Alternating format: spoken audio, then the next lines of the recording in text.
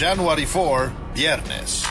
Nag-aerial inspection si Pangulong Rodrigo Roa Duterte sa mga lugar na nasalanta ng Bagyong Usman sa Albay at Camarines Sur. Sinundan ito ng situation briefing at tinalakay ang naging kabuuang pinsala ng bagyo. January 7, Lunes, Malacanang. Pinanumpa ng Pangulo si General Carlito Galvez Jr. bilang Presidential Advisor on Peace Process. Kinagabihan ay pinulong naman niya ang kanyang gabinete para sa 33rd Cabinet Meeting. January 8, Martes, Pasay City. Pinangunahan ni na Pangulong Duterte at DILG Secretary Eduardo Año ang Barangay Summit on Peace and Order na dinaluhan ng nasa 4,000 lokal na opisyal mula sa National Capital Region. Inanunsyo rin niya ang planong rehabilitasyon sa Manila Bay. Kaya sabi ko kay Roy Simato, si Mato, pati si Jan Anyo, you start cleaning the Manila Bay. And it will be, they will start to clean it. Lagyan ninyo yung water treatment yung hotel nyo, pag hindi, siraan ko yan. Huwag mo akong kamunin. You do something about your waste there or otherwise I will close it. Sigurado yan. Malacanang.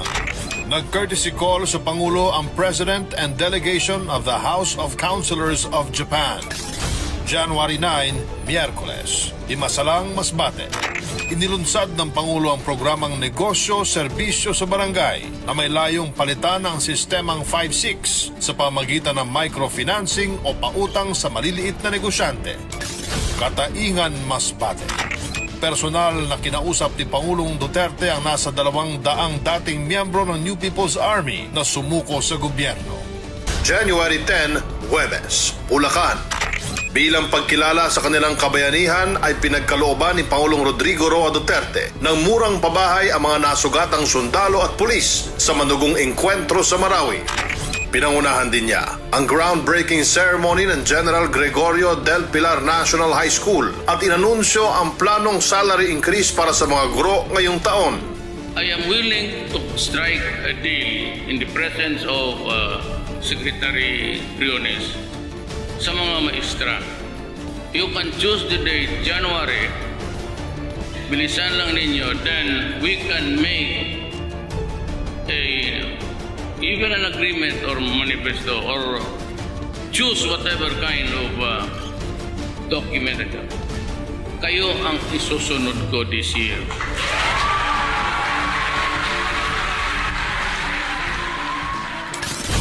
January 12, Sabado, Bacolod City. Tinanggal ni Pangulong Duterte ang Chief of Police ng Bacolod City at 4 pang opisyal. In your involvement in drugs and making the people of Bacolod miserable, I am relieving and dismissing you from the service of now. Senior Superintendent Francisco Ebrio. January 15, Martes, Malacanang. Tinanggap ng Pangulo ang credentials ng bagong talagang ambassador mula sa Czech Republic at Commonwealth of Australia. January 16, Miyerkules, Malacanang. Malugod na tinanggap ni Pangulong Duterte sa palasyo si Sri Lanka President Maithripala Sirisena para sa kanyang 5-day state visit sa Pilipinas. Nagkaroon din ng expanded bilateral meeting at pagpirma ng ilang memorandum of agreement sa pagitan ng dalawang bansa. Sinundan ito ng state banquet upang ipagdiwang ang pagkakaibigan ng Pilipinas at Sri Lanka. Tonight is a gathering of new friends as much as it is a celebration of a returning friend. President Sirisena certainly qualifies as a true friend of the Philippines. January 18, Biyernes, Cotabato City. Hinimok ni Pangulong Rodrigo Roa Duterte ang Moro community na bumoto pabor sa ratifikasyon ng Bangsamoro Organic Law. I am therefore issuing this call to my fellow Moro. Let us use the plebiscite as a peaceful means to finally correct the historical injustice committed against the Bangsamoro people.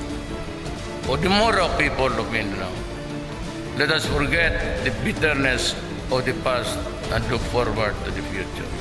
Which means, ladies and gentlemen, mga mahal kong mga Moro brother or sister, magboto kayo ng yes.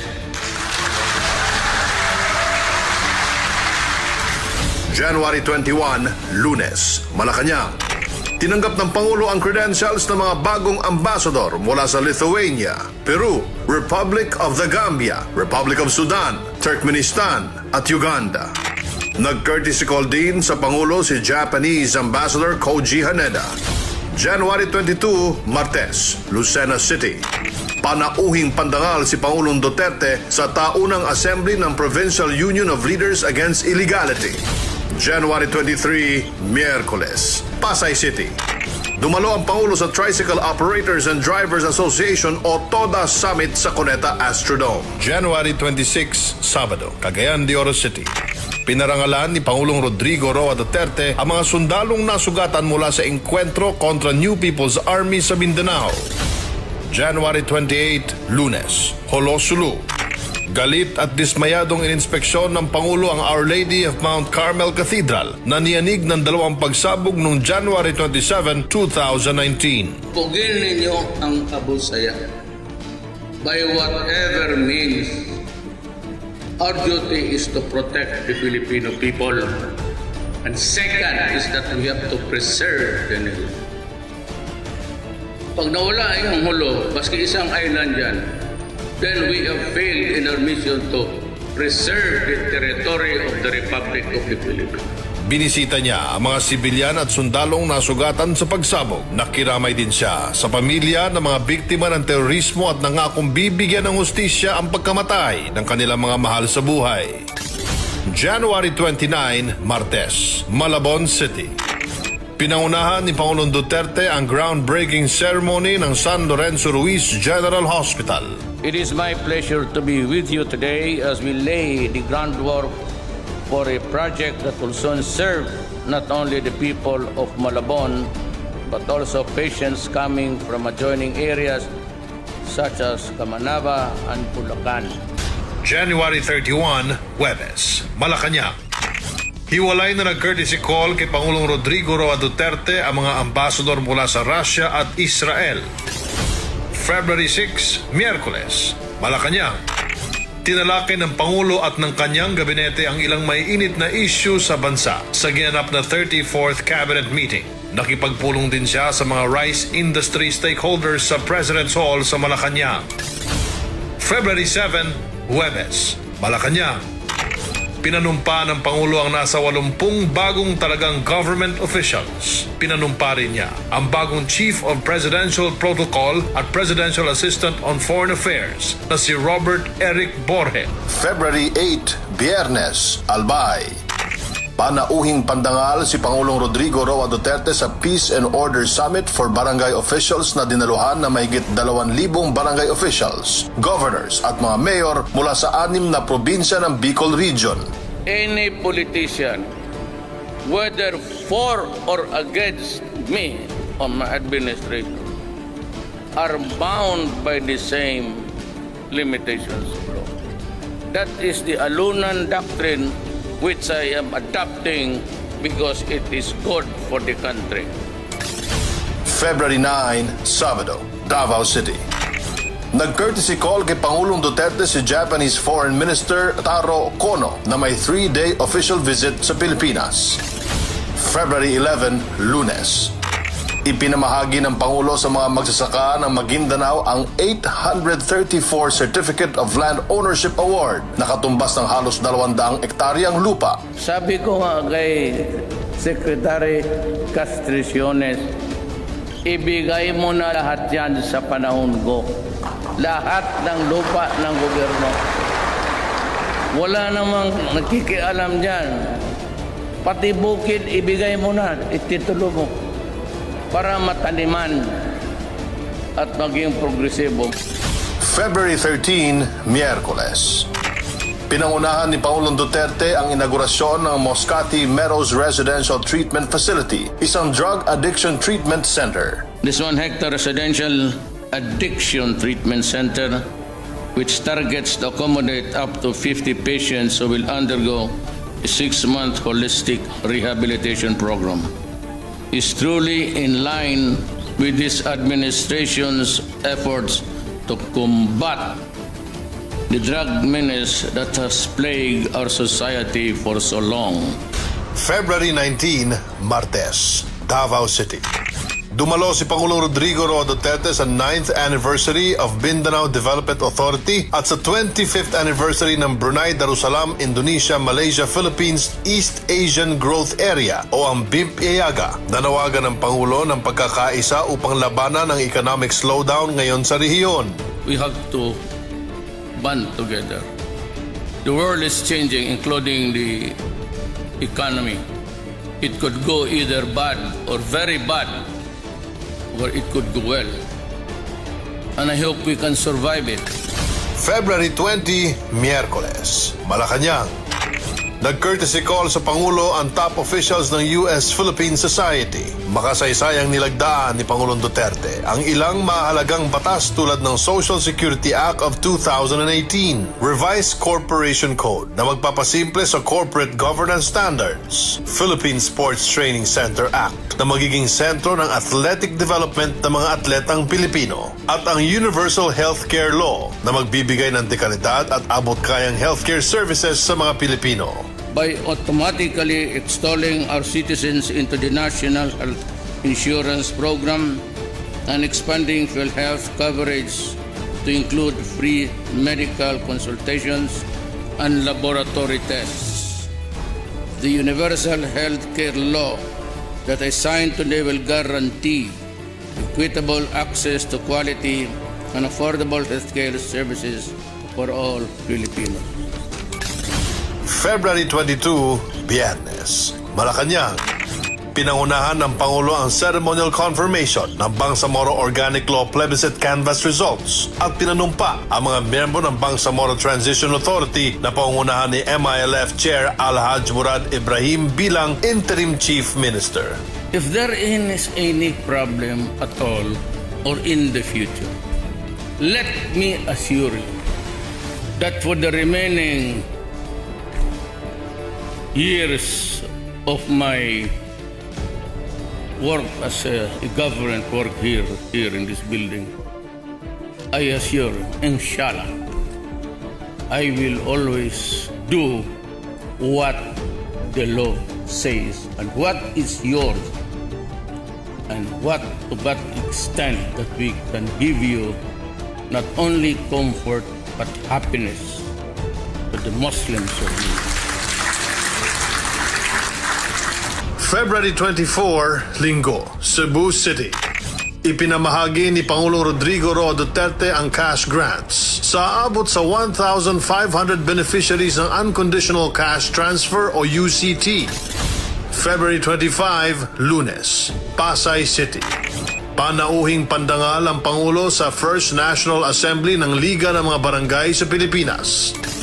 February 26, Martes, Ermita, Manila. Dumalo si Pangulong Duterte sa 2019 General Assembly of the League of Municipalities of the Philippines. At nakiramay siya sa mga naulila ni Bangko Sentral ng Pilipinas Governor Nestor Espinilla Jr. February 28, Huwebes, Villamor Air Base. Nakipagpulong si Pangulong Duterte kay U.S. Secretary of State Michael Pompeo. Caloocan City.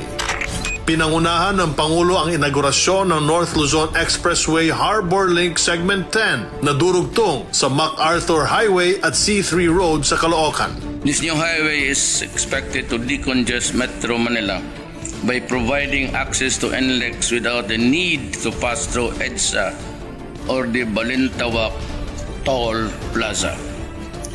It will reduce travel time from Valenzuela to C3 from the usual 1 hour to just 5 minutes. That's heaven. Pinangunahan din niya ang groundbreaking ceremony ng NLEX-SLEX Connector Road projects na makababawas sa bigat ng daloy ng trapiko sa Metro Manila. All of the projects that we undertake and will do for the rest of my term, we give our gratitude to the builders, the contractors, the partners of government, and we place it in the name of the people of the Republic of the Philippines. Nobody can claim credit in the name of the people. It is their money. And for all of us. March 3, Lunes, Basilan. Dumalo si Pangulong Rodrigo Roa Duterte sa groundbreaking ceremony ng Isabela City Gymnasium. March 4, Martes, Malacanang. Pinangunahan ng Pangulo ang 35th Cabinet Meeting sa Aguinaldo State Dining Room. March 6, Miyerkules, Malacanang. Nag-courtesy call sa Pangulo ang Deputy Prime Minister ng Vietnam at ang First Deputy President of the Supreme Council for Youth and Sports of the Kingdom of Bahrain. Dumalo siya sa unang anibersaryo ng Presidential Anti-Corruption Commission sa Malacanang. Itinaas ni Pangulong Duterte ang ranggo ni Brigadier General Jose Ariel Niembra at itinalagang bagong commander ng Presidential Security Group. Pinanumpa niya ang bagong governor ng Bangko Sentral ng Pilipinas na si dating Budget Secretary Benjamin Jokno. March 7, Huwebes, Malacanang. Tinanggap ni Pangulong Duterte sa palasyo si Malaysian Prime Minister Mahathir Mohamad sa 3-day official visit nito sa Pilipinas. Nagkaroon ng expanded bilateral meeting sa pagitan ng Pilipinas at Malaysia sa paunguna ng dalawang head of state. This is a valuable opportunity to renew and reaffirm valued relations that must continue to grow in strength in the coming years. With the Philippines and Malaysia staying on track as part of the growth engines of Asia and the world, broadening our engagement across many fields will be crucial for the continued benefit of our nations and people. My visit is, of course, in order to strengthen the relationship between Malaysia and the Philippines, and also, of course, to promote the cause of ASEAN. Isang state banquet ang inihanda ni Pangulong Duterte para sa Prime Minister at delegasyon nito. And I believe there is no better time than now to acknowledge him as a friend, partner, and brother. To Malaysia and the Philippines, may our country flourish and grow for 1,000 years. Mabuhay. March 8, Biyernes, Negros Occidental. Ipinamahagi ni Pangulong Rodrigo Roa Duterte mga Certificate of Land Ownership Award sa mahigit 2,000 magsasaka ng Barangay Kauswagan sa Sangkay City. For the many 3 years na ako, napamangkoy 3 years, putong yun na ako atag sa mga tao. Ang una na akong targeton, ang gobyerno, yuta sa gobyerno. Paano yung kapuslanan? Kaya mga bukid na nagbawa, except for the military reservation. Adako kayo ng ilang area. Wala man das bukid. So ihatag na. Ihatag na sa tao. Kaya muna yung problema na ito. March 11, Lunes, Malacanang. Itinaas ng Pangulo ang ranggo ng ilang opisyal mula sa Presidential Security Group at 250th Presidential Airlift Wing. Pinarangalan din niya ang mga katangi-tanging kababaihan sa awarding ceremony ng Outstanding Women in Law Enforcement and National Security of the Philippines. March 13, Miyerkules, Isabela. Ginawaran ni Pangulong Rodrigo Roa Duterte ng Order of Lapu-Lapu Rank of Kampilan ang 5 sundalong nasugatan sa mga engkwentro kontra Abu Sayyaf at New People's Army. Nakidalamhati rin siya sa pamilya ng mga nasawing sundalo sa madugong sagupaan. March 14, Huwebes, Davao City. Nakipagpulong ang Pangulo sa National at Regional Peace and Order Council kasama ang AFP at PNP. Dito ibinulugar ng Pangulo ang pangalan ng mga politikong sangkot di umano sa iligal na droga. there can never be a valid argument to deny the public, the people of the Philippines at large, to know who are the officials who should not be there in their office. In this particular case now, those who are involved in the deadly name of drug trafficking. March 24, Linggo, Cagayan de Oro City. Dinalaw at pinarangalan ni Pangulong Rodrigo Roa Duterte ang 12 sundalong nasugatan sa hiwalay na engkwentro kontra New People's Army at Abu Sayyaf. March 26, Martes, South Cotabato. Ipinagkaloob ni Pangulong Duterte ang financial grant sa mga benepisyaryo ng DSWD Unconditional Cash Transfer Program sa Coronadal City. March 27, Miyerkules, Davao City. Nag-courtesy call sa Pangulo si Minister Song Tao mula sa International Department of the Central Committee of Communist Party of China. March 29, Biyernes, Cotabato City. Pinangunahan ni Pangulong Duterte ang inaugurasyon ng Bangsamoro Autonomous Region in Muslim Mindanao na inaasahang magdadala ng pangmatagalang kapayapaan at seguridad sa rehiyon. As we enter the transition period, I ask everyone to work towards building lasting peace and inclusive progress that will benefit all Mindanaoans and the entire country as well. Our victory in this plebiscite is proof of our determination to bring genuine peace and development in Muslim Mindanao to a responsive government that truly reflects the identity of its people. April 1, Lunes, Malacanang. Sa 36th Cabinet meeting sa Aguinaldo State Dining Room, pinulong ni Pangulong Rodrigo Roa Duterte ang kanyang gabinete at pinag-usapan ang may init na issue sa bansa. April 4, Huwebes, Puerto Princesa City. Pinaunahan ng Pangulo ang 31st Annual Convention of the Prosecutors League of the Philippines. As a former prosecutor, I understand the very important role that you play in the administration of justice, which unfortunately involves antagonizing lawless elements, hardened criminals, and their powerful backers. I also encourage the leadership of the Prosecutors League to work with the Philippine National Police, the National Bureau of Investigation, and the other relevant agencies to come up with solutions on how to better protect our prosecutors and families. April 6, Sabado, Iloilo City. Dumalo si Pangulong Duterte sa 25th National Federation of the Motorcycle Clubs of the Philippines Annual National Convention. Sinabi niya na handa siyang suspindihin ang implementasyon ng Motorcycle Crime Prevention Act na mariing tinututulan din ng motorcycle riders. I will try to convince the LTO to maybe hang on to it. I-suspend ko lang muna.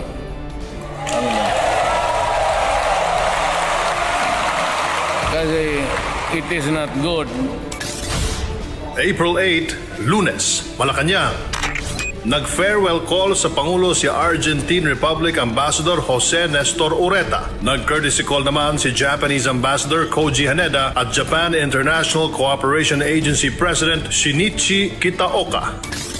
April 9, Martes, Holosulu.